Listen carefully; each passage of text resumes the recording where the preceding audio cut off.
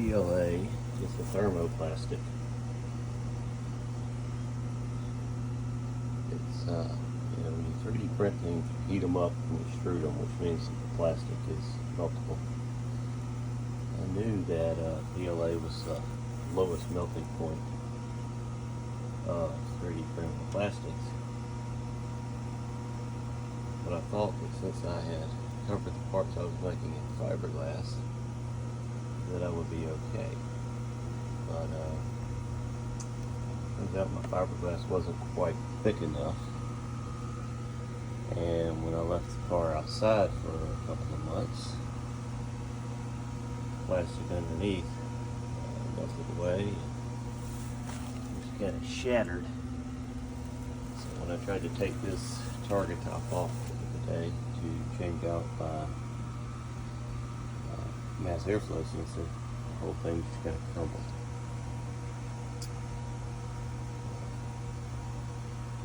Kind of sucks. So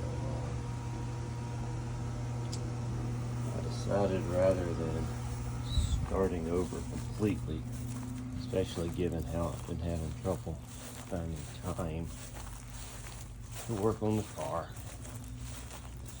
I would just jump start my efforts.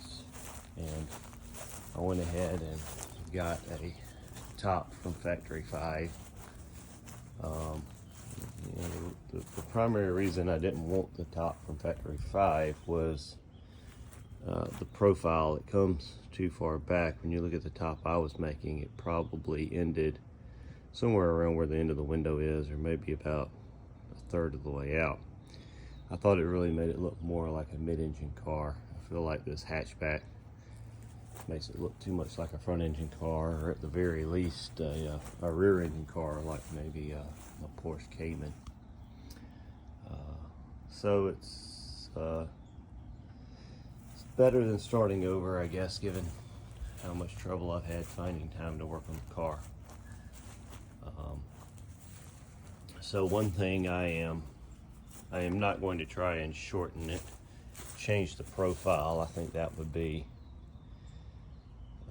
more work than it's worth, to be honest. The juice wouldn't be worth the squeeze. But I am going to get rid of this hideous hood scoop. So that's the first thing I'm going to work on. I am fixing to take me a flat edge, a straight edge, and hold it across here, and I'm going to slide it. And I have a feeling that this protrudes up, and so somewhere through here, that straight edge will start bumping into this. That'll let me know how much of this top piece here I need to cut off, so that I can then flush in that entire center section. I won't be needing a roof scoop to funnel air. I'm actually going to use the side windows here. I'm not going to put glass in there. I'm going to build a big old scoop, kind of like a 67 Mustang Shelby, and funnel the air in that way. It's got a lot more crown to it than I thought it did. So we're going to cut this giant section right here out, and then see how it looks. Now I cut it out, and I scuffed up this entire area with 40 grit, since I'm going to be doing some fiberglass. I used some cereal boxes, my favorite forming medium, from the back side to kind of bridge this gap up here. I covered that with packing tape, which is a great release agent, and I'm fixing to start glassing in this fiberglass.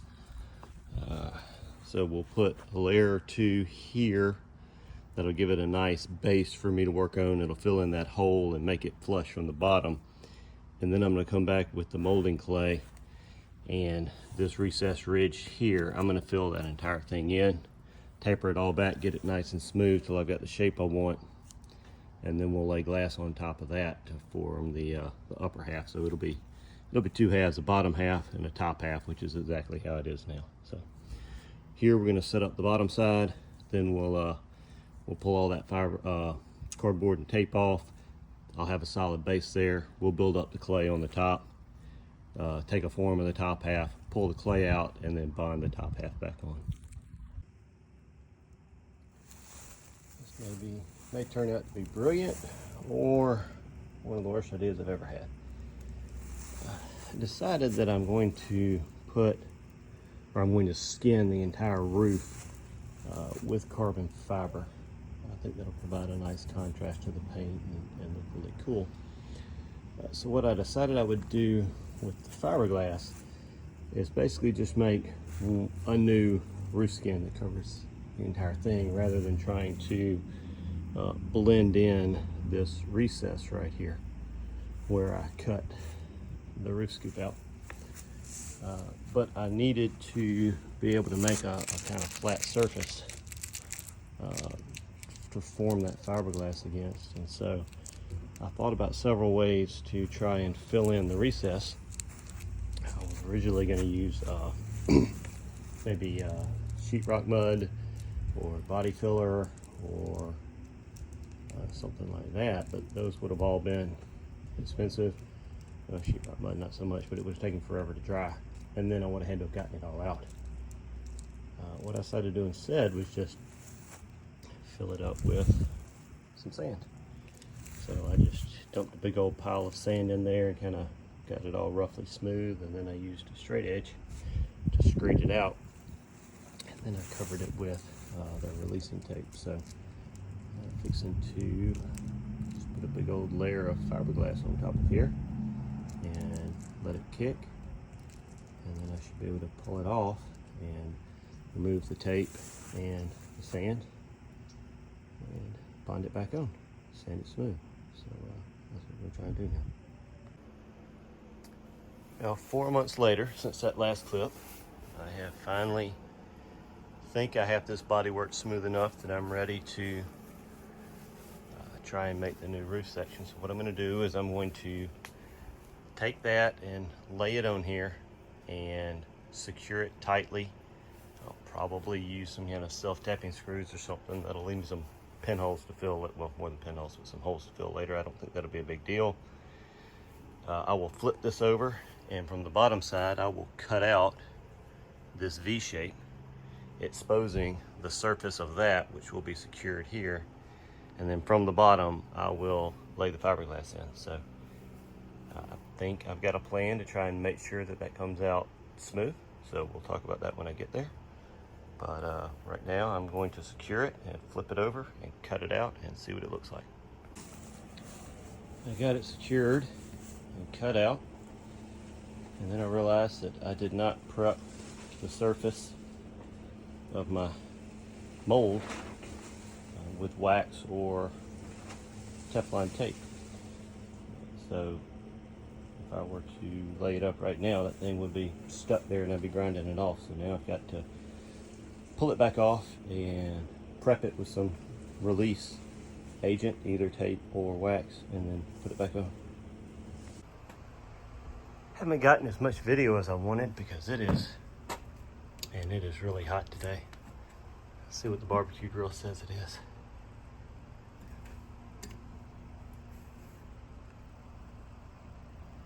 "102 in the shade." And this thing's like a greenhouse that soaks up the heat, so having to work quick while I'm in here.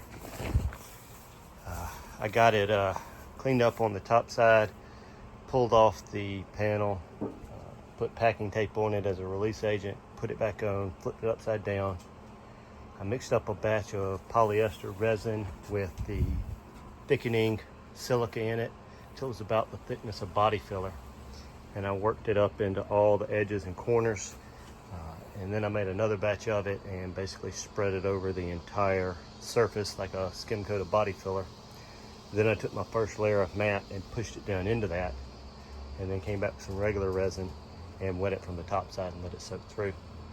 So I'm going to give that about 30-40 minutes to tack up, and then I'm going to come back with a second layer of matte that will actually be it'll be bigger pieces. I put small strips in here to make sure it all laid flat. I'll come back with some big pieces that overlap all the way to past where I cut out. And once that tacks up, or fully cures actually, I'll be able to flip it over and pop the top off and see what it looks like.